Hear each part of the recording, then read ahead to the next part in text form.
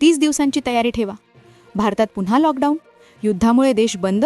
2 दिवसांपूर्वी पंतप्रधानांनी लोकसभेत आपल्याला कोरोनापेक्षा महाभयंकर संकटाची तयारी ठेवावी लागेल असे शब्द उच्चारताच सोशल मीडियावर लॉकडाऊनची चर्चा सुरू झाली.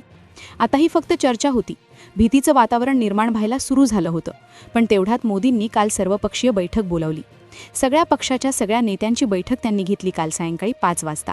आणि मग त्यानंतरच सगळा गेम फिरलाय. मग त्या बैठकीमध्ये कोणती तारीख ठरली आहे, नेमकं लॉकडाऊनमध्ये काय सुरू राहणार आणि काय बंद राहणार, कोणत्या सेवा चालू राहणार आणि कोणत्या सेवा बंद होणार, नागरिकांनी नेमकी आता काय काळजी घ्यायची आहे, लॉकडाऊनची तारीख काय असणार, चला जाणून घेऊया या प्रकरणाची संपूर्ण सविस्तर माहिती. आजचा हा व्हिडिओ केवळ एक साधी बातमी नाही, तर आपल्या देशावर घोंगावणाऱ्या एका महाभयंकर संकटाची ती भयावह जाणीव आहे, जिने काल रात्रीपासून प्रत्येक भारतीयाची झोप अक्षरशः उडवून दिली आहे.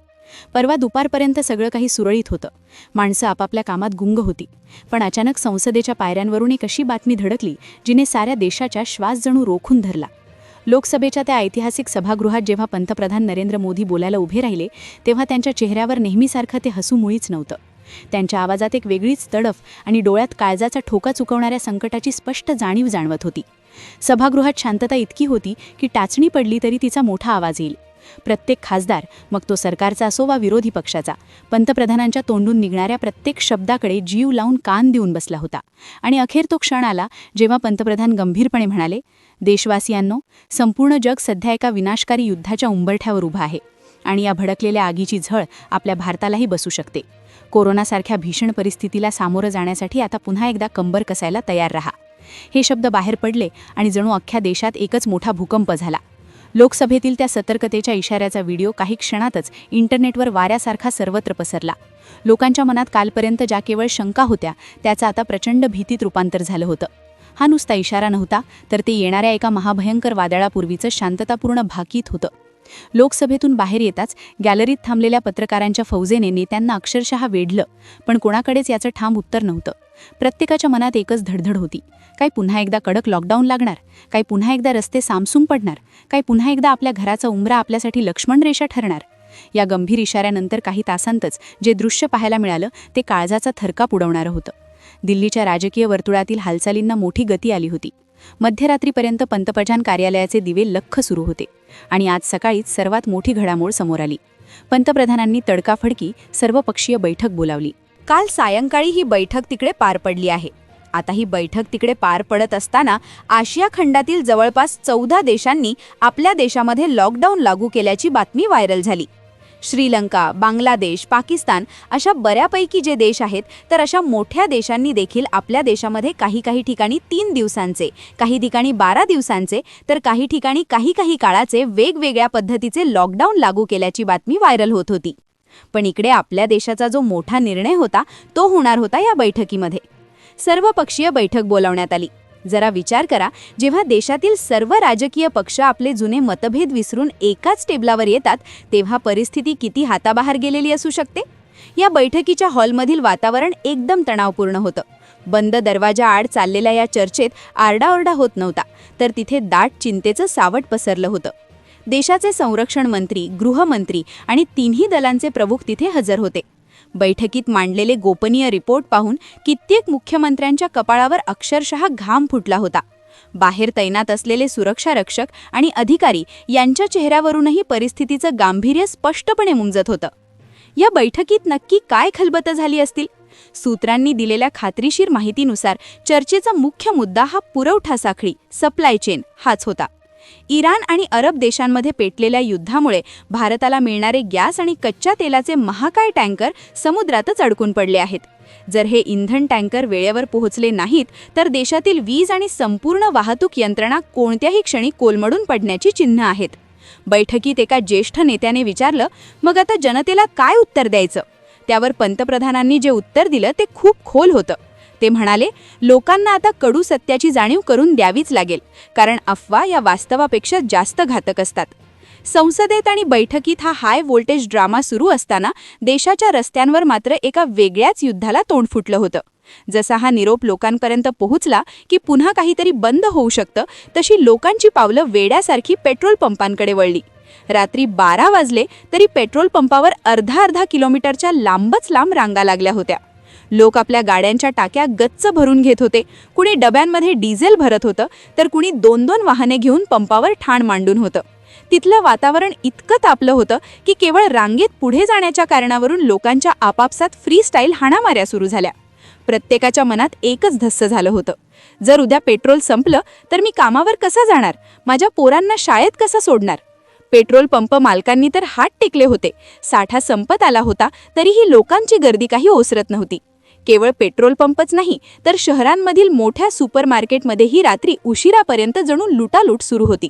लोक एका महिन्याचं धान्य नाही तर थेट 6-6 महिन्यांची बेगमी करत होते. पिठाची पोती, तेलाचे डबे आणि साखरेची पाकिटं ट्रॉलीमध्ये कोंबून लोक सैरावैरा धावत होते. किराणा दुकानदारांनी आधीच किमती वाढवायला सुरुवात केली होती, तरीही लोक जास्तीचे पैसे मोजायला आनंदाने तयार होते.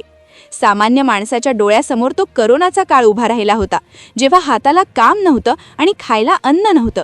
तीच परिस्थिती पुन्हा नशिबी येऊ नये म्हणून लोक जीवाचं रान करत होते. पण या प्रचंड घाईत आपण हे साफ विसरतोय की आपली हीच अनाठायी भीती महागाईला मोठं निमंत्रण देत आहे. आता मूळ प्रश्न येतो, नक्की काय काय बंद होणार? संभाव्य यादी पाहिली तर काळजाचा ठोका नक्कीच चुकतो. जर इंधन संकट खरंच ओढवलं तर सर्वात पहिले खासगी गाड्यांच्या वापरावर कडक मर्यादा येतील. एसटी बसेस आणि रेल्वेच्या फेऱ्या सुद्धा निम्म्यावर आणल्या जाऊ शकतात. इतकंच काय तर IT हद असलेल्या पुणे आणि मुंबईमध्ये पुन्हा एकदा वर्क फ्रॉम होमची सक्ती केली जाऊ शकते. कारण जर वीज पुरवठा खंडित झाला तर मोठमोठ्या ऑफिसच्या इमारती चालवणं पूर्णपणे अशक्य होईल. गॅस सिलेंडरच्या बाबतीत तर परिस्थिती अजूनच गंभीर आहे. ज्यांच्याकडे 2 पेक्षा जास्त सिलेंडर आहेत त्यांना पुढचे काही महिने नवीन बुकिंगच करता येणार नाही, असे ठोस संकेत आजच्या बैठकीत मिळाले आहेत. लोकांच्या मनात दुसरी एक मोठी भीती आहे, ती म्हणजे इंटरनेटची. समुद्राच्या खालून जाणाऱ्या ज्या डेटा केबल्स भारताला जगाशी जोडतात त्या सध्या युद्धाच्या छायेखाली धोक्यात आल्यात. जर इंटरनेट सेवा ठप्प झाली तर तुमचं गुगल पे, फोन पे आणि बँकिंग व्यवहार सगळं काही एकाच झटक्यात ठप्प होईल. याच भीतीने लोकांनी ATMवर गर्दी करून रांगा लावल्यात. पण जरा विचार करा, जर प्रत्येकाने एकाच वेळी आपले सर्व पैसे बँकेतून ओढले तर अख्खी बँकिंग व्यवस्थाच कोसळून पडेल. आजच्या बैठकीत यावरही सविस्तर मंथन झालं की लोकांचा बँकिंग यंत्रणेवरचा विश्वास या काळात कसा टिकवून ठेवायचा. आता आपण या संकटाची तुलना कोरोनाच्या काळाशी करूया. कोरोनाच्या वेळी आपला शत्रू एक व्हायरस होता जो डोळ्यांना दिसत नव्हता. पण यावेळी आपला खरा शत्रू टंचाई हा आहे. तेव्हा आपल्याकडे गोदामात धान्य होतं पण घराबाहेर पडता येत नव्हतं. यावेळी मात्र आपल्या खिशात पैसा असेल पण बाजारात विकत घ्यायला वस्तूच नसतील, अशी बिकट परिस्थिती निर्माण होण्याची शक्यता आहे.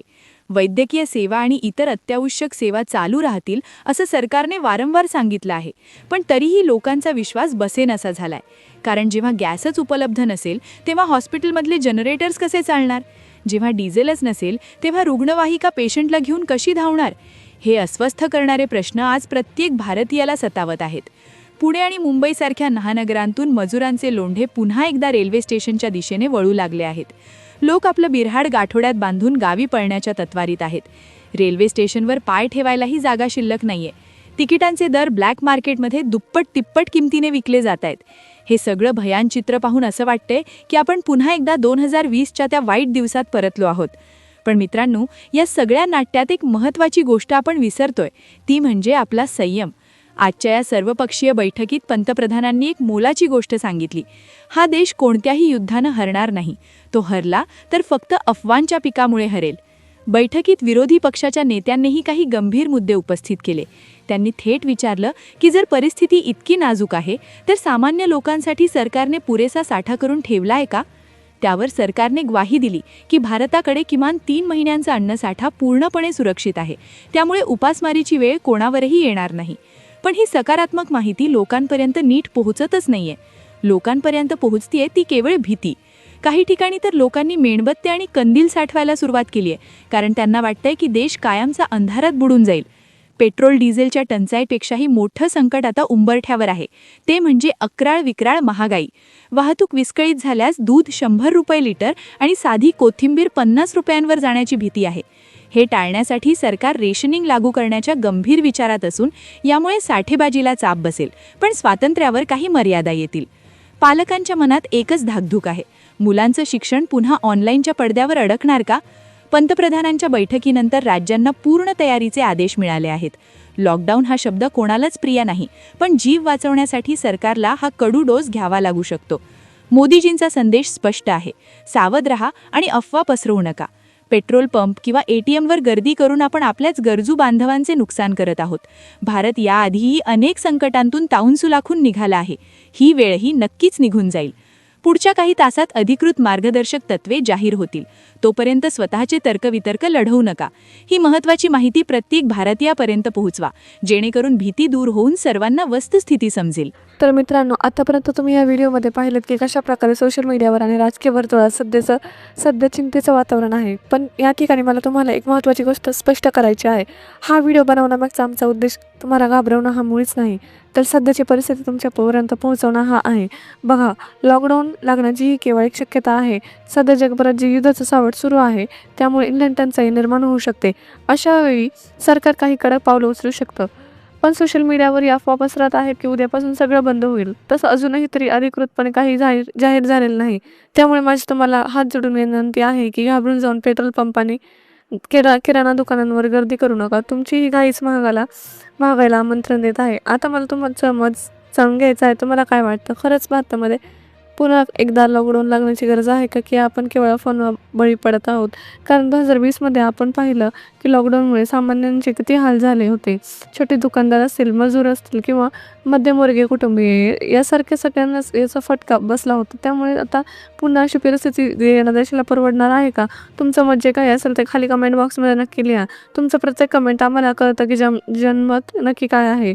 अशा प्रकारच्या बातम्यांवर खूप लवकर बदल होतात. कदाचित मी हा व्हिडिओ रेकॉर्ड केल्यानंतर पुढच्या काही तासातच सरकारकडून नवीन गाईडलाईन्स येतील. त्यामुळे अचूक आणि खरी माहिती मिळवण्यासाठी आपल्या चॅनलला आता सबस्क्राईब करून ठेवा. कारण आम्ही केवळ सनसनाटी बातमी देत नाही, तर त्यामागचं सत्य काय आहे तपासण्याचा प्रयत्न करतो.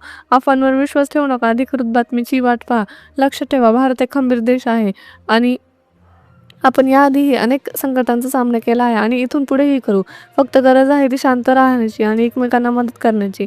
हा व्हिडिओ जास्तीत जास्त लोकांपर्यंत शेअर करा, जेणेकरून कोणाचीही दिशाभूल होणार नाही. पुन्हा भेटूया अशाच एका महत्त्वाच्या अपडेटसह. तोपर्यंत स्वतःची आणि आपल्या कुटुंबाची काळजी घ्या. जय हिंद, जय महाराष्ट्र.